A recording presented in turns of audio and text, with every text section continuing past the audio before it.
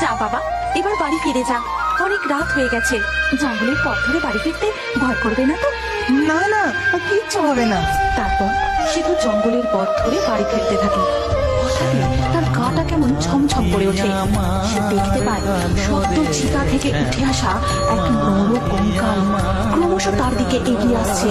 তার গোটা গায়ে আগুন জ্বলছে, আর সে তার দাঁত বের করে বিচ্ছিরি ভাবে খিলখিলিয়ে হাসছে।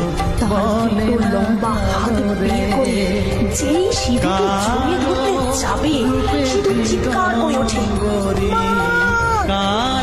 সাথে সাথে আকাশে জোরে বিদ্যুৎ চমকে ওঠে। ঝমঝম করে বৃষ্টি শুরু হয়ে যায়, আর বৃষ্টির ফোঁটা সেই নরকঙ্কাল সেখান থেকে অদৃশ্য হয়ে যায়। এইভাবে বারংবার মা কালী সিধুকে এই ভূতপ্রেতদের হাত থেকে রক্ষা করেন।